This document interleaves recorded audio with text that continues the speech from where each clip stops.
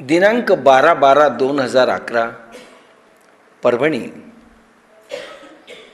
ज्ञानेश्वरीच्या 12व्या अध्यायाअंतर्गत आपण भक्ती हा विषय नारद भक्ती सूत्र याचा आधार घेऊन आपण बोलत आहोत. आपण पाहिलं, जेव्हा परमात्माविषयीचा दर्द रोमारोमात असतो, जागृत झोपीत अहर्निश स्मरण चालते, काहीही काम करा त्याची आठवण असते. भक्तीमध्ये रोमारोमामधून श्रीकृष्ण ध्वनी, पांडुरंग ध्वनी अशी निघाली पाहिजे, असं दर्द पाहिजे. पुन्हा दर्द जागृत झोपीत, जागृत अवस्था असो, जागृतीत जर अखंड अहर्निश जप असेल, लक्षात घ्या, किंवा तुमचं स्मरण असेल जागृतीमध्ये, आणि झोपत्या वेळेस केव्हा झोप लागली कळालं नाही, तर रात्री देखील आठवण राहते परमेश्वराची. जागा असतो तो माणूस. म्हणजे झोपल्यानंतर गाढ झोप लागते असं नाही, असं वाटतं आपल्याला झोपच लागली नाही, जागा असतो एक प्रकारे, आणि प्रभूची आठवण सतत असते. जागृत झोपीत अहर्निश स्मरण चालते. भगवंताचं स्मरण अहर्निश.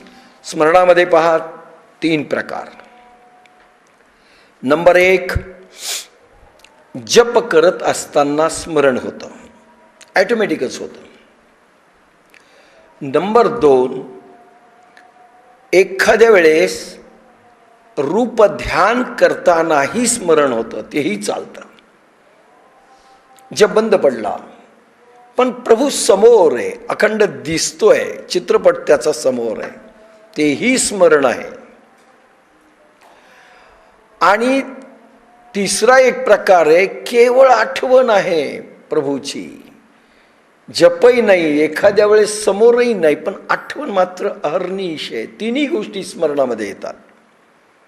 आठव सारखं हे असताना आपण त्या याच्यात, भलेही स्वतःची आठवण असो, आत्म्याची आठवण असो, कोणाची आठवण असो, गुरुची आठवण असो, प्रभूची असो, एक आठवण सतत. म्हणजे रूपध्यानही कदाचित नसेल, हेही कदाचित नसेल, पण आठवण मात्र सतत आहे. क्षणोक्षणी आठवण आहे. त्याला स्मरण म्हणतात. काही काम करा त्याची आठवण असते, कामातही, आणि मधून मधून मग आठवत जावं. अरे आपण समजा जेवण करतोय, या प्रभू आमच्याबरोबर जेवा, तुम्ही बसा, इमॅजिनेशनमध्ये ताट समोर ठेवा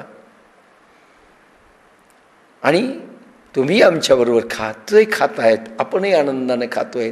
एकही घास प्रभूने खाल्ल्याशिवाय आपण खात नाहीत. असं प्रत्येक कामामध्ये काही ना काही करा.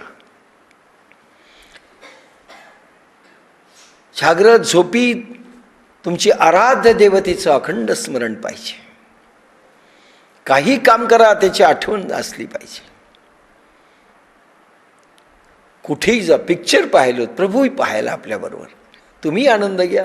नाही हो, गोलोकात नाही आहे, स्वर्गात नाही आहे, या आमच्याबरोबर 3 इडियट्स पहा, ओ माय गॉड पहा, या इकडे आपणही पाहतो, प्रभूही पाहतात, राधाराणी पाहते. जा कोठेही, त्यांची आठवण राहते. कोठेही जा, आठवण सतत असली पाहिजे.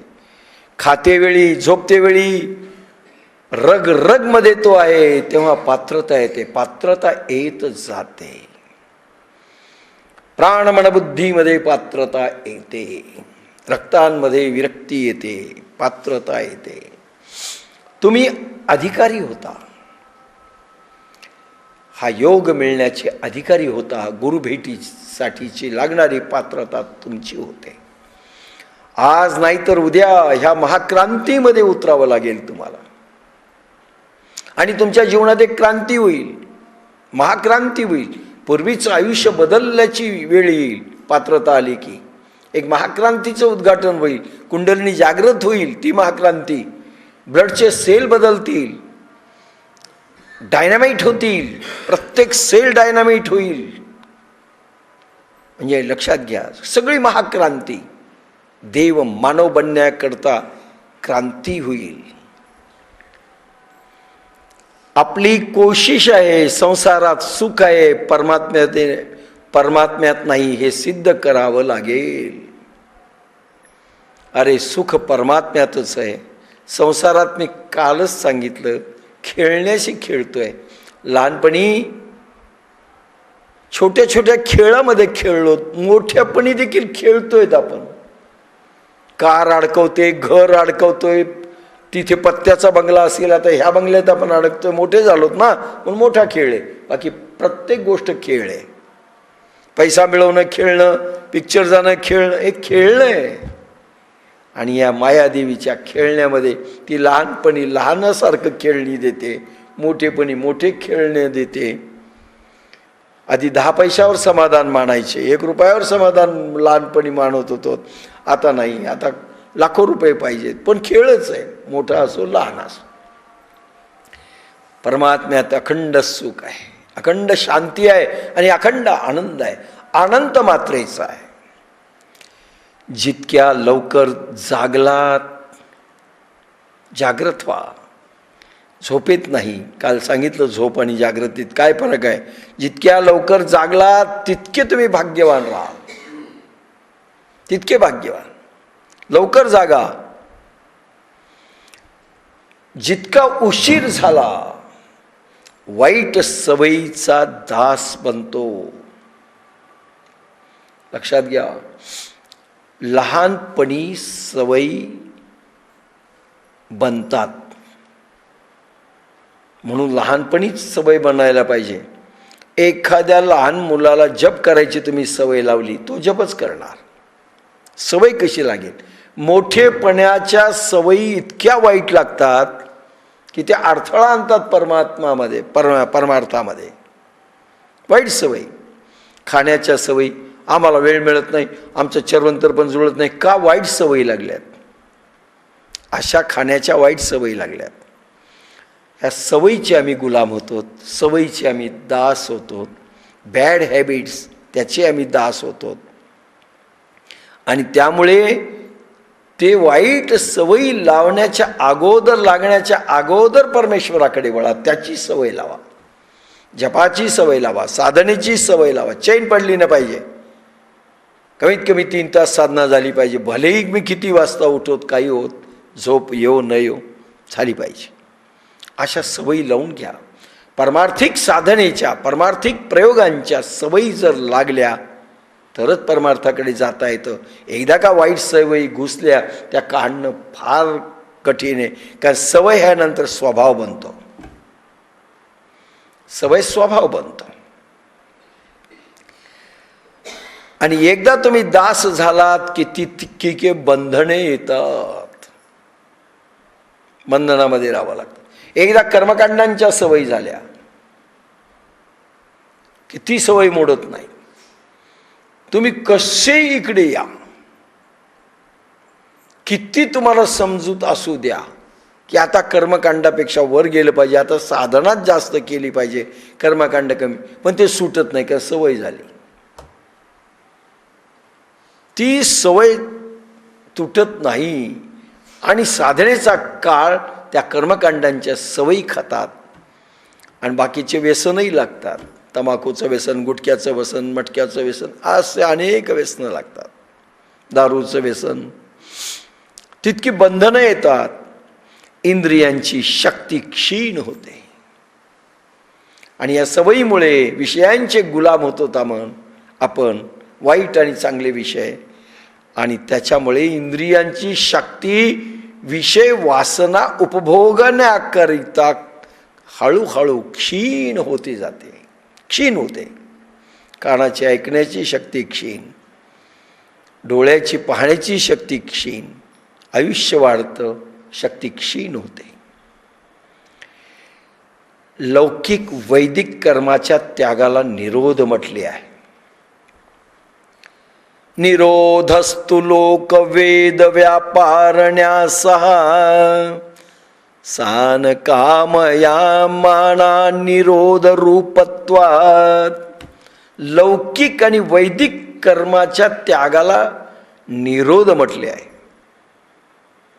निरोध म्हणजे जे तुम्ही पूर्वीचा मार्ग अनुसरतायत त्याला अडथळा आणा, लॉक करून टाका, संपून टाका तो मार्ग.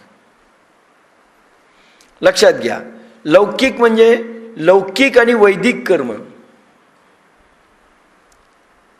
लौकिक आणि वैदिक कर्म याला लॉक केलं पाहिजे.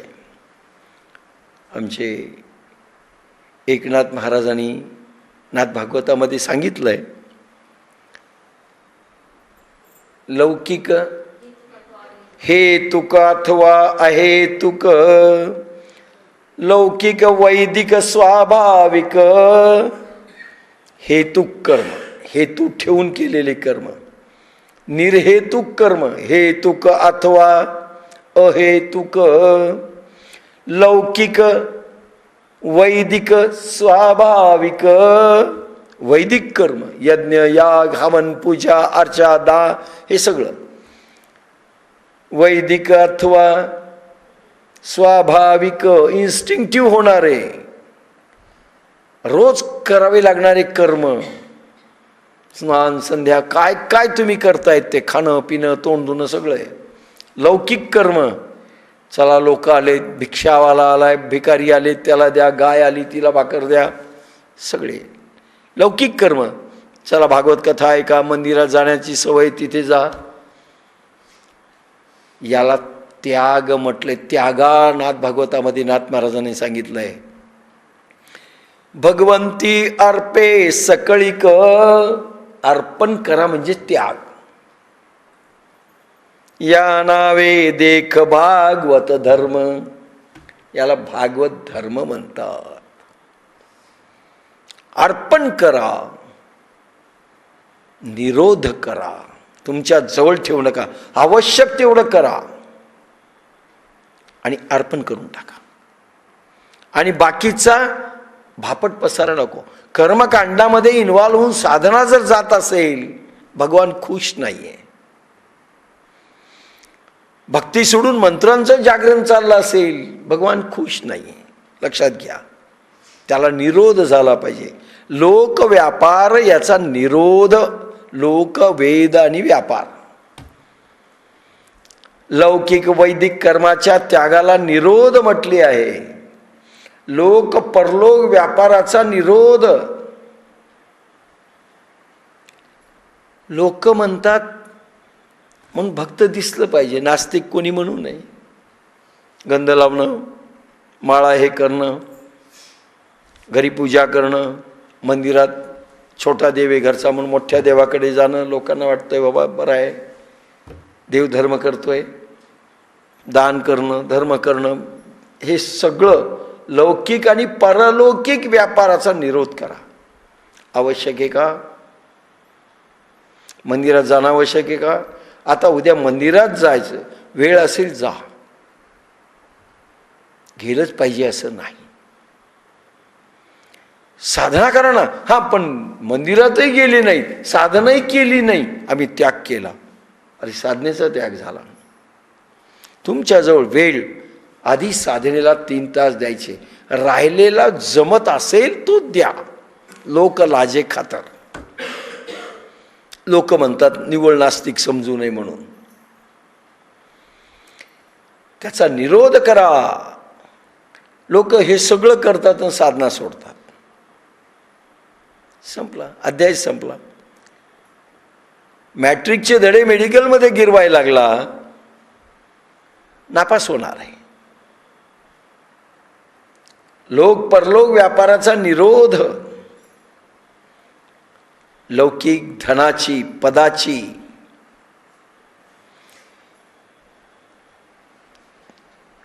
तर पारलौकिक मध्ये मोक्ष स्वर्ग सुखाची देखील दौड आहे. लौकिक कर्मामध्ये धन, धनाकरता आम्ही धावतोय, धन मिळवण्याकरता. धावू नये असं नाही, पण किती पाहिजे.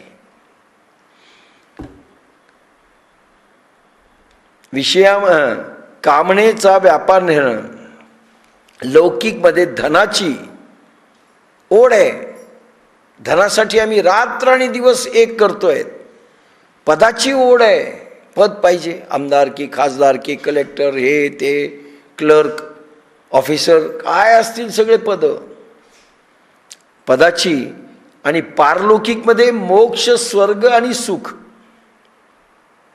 मोक्ष पाहिजे, नाही तर स्वर्ग पाहिजे, नाही तर आनंद सुख मिळालं पाहिजे. बस याच्यासाठी माणूस पळतोय सारखा. कामनेचा व्यापार निरोध होणे म्हणजे भक्ती. आणि या सगळ्यामध्ये कामना आहे. मोक्षाची कामना आहे, पारलौकिकची कामना आहे, स्वर्गाची कामना आहे, धनाची कामना आहे, पदाची कामना आहे, सुखाची कामना आहे, मला सुख मिळावं. हे लोक भक्ती करू शकत नाहीत. कामनेचा व्यापार निरोध होणे, कामना, इच्छा, आवश्यक इच्छा प्रगटल्या पाहिजे. जेवण केलं पाहिजे, ठीक आहे, तेवढी इच्छा पुरे. म्हणजे ज्या आवश्यक गरजा आहेत त्याच्या इच्छा अलाउड आहेत. अनावश्यक इच्छा काही असतील, आगाऊ इच्छा असतील, त्या अलाउड नाही. त्याचा निरोध झाला पाहिजे, तर भक्तीमध्ये तुमचा प्रवेश होईल. प्रियतमामध्ये अनन्यता.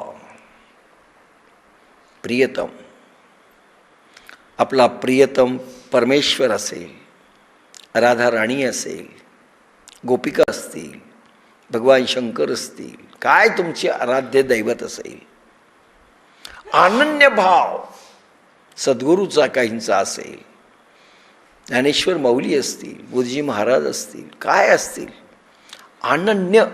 अनन्य याचा अर्थ अन्य नाही, दुसरा कोणीही नाही. एक लक्षात घ्या. ह्या महाराजाकडे जा, त्या महाराजाकडे जा, हे पा तुम्ही श्रद्धा डिव्हाइड केली, अन्य कोणी त्याच्या सारखा आहे असं जरी म्हटलं, तुम्ही खाली कोसळले म्हणून समजा. अनन्यता याला म्हणतात. अनन्यता, अन्य नाही, तोच फक्त. एक ग्रंथ, एक मंत्र, एक देव, एक योग, एक सद्गुरू, एक गुरु, सगळं एक पाहिजे. दोन म्हटलं की गेली कामातून. लक्षात घ्या. थोडे कुठल्या दरवाजावर दरवाजा जरी ठोठावला तुम्ही, तिथून खाली पाडल्या जातं. दुहेरी निष्ठा नाही. कोणाचे विश्वामित्रांचे शिष्य वशिष्ठांकडे गेले नाहीत, वशिष्ठांचे शिष्य भारद्वाजांकडे गेले नाहीत, कण्वाकडे गेलेले, कोणाकडे गेलेले नाहीत. लक्षात घ्या. कोणाकडे त्यांनी पाठवलं तर गेले असतील. अरे कबीराने आपल्या पोराला विश्वास बसणार नाही म्हणून तुळशीदासाकडे पाठवलं. त्यांनी चमत्कार केला आणि तुळशीदासांनी परत सांगितलं, जा तुझ्या बापाकडे, तिकडे जा. आपल्याकडून घेऊ शकणार नाही तेवढीच अलाउड केलं, तरी त्यांनी पाठवून दिलं, जा तिथेच घे. इंटरफिअरन्स देखील ते करत नाहीत. लक्षात घ्या. प्रियतमामध्ये अनन्यता, अनन्य भाव व प्रतिकूल विषयामध्ये उदासीनता. प्रतिकूल विषय उदासीन राहा, म्हणजे निग्लेक्ट करा. तू माझ्या घरी येऊ नको असं नाही म्हणायचं. आला फार प्रेमाने बोलायचं नाही, फार नाही बोललं म्हणजे उठून जातो उदासीन. आजपासून यायचं नाही, बोर कुठला, कशाला दुखवता, आपल्या कामात लागा. आपोआप बिचारा हे करतो. उदासीन, प्रतिकूल विषय, परमात्म्याच्याकडे जाणाऱ्या वाटेमध्ये जे जे अडवे येत असतील, वेळेकरता, कामाकरता, व्यवहाराकरता, कशाहीमध्ये ते जर अडवे येत असतील संसारामध्ये, त्या संसारी वस्तूकडे उदासीन वृत्तीनं पहा. निग्लेक्ट करा. इंटरेस्ट घेऊ नका, आसक्त होऊ नका. लक्षात घ्या, उदासीन म्हणजे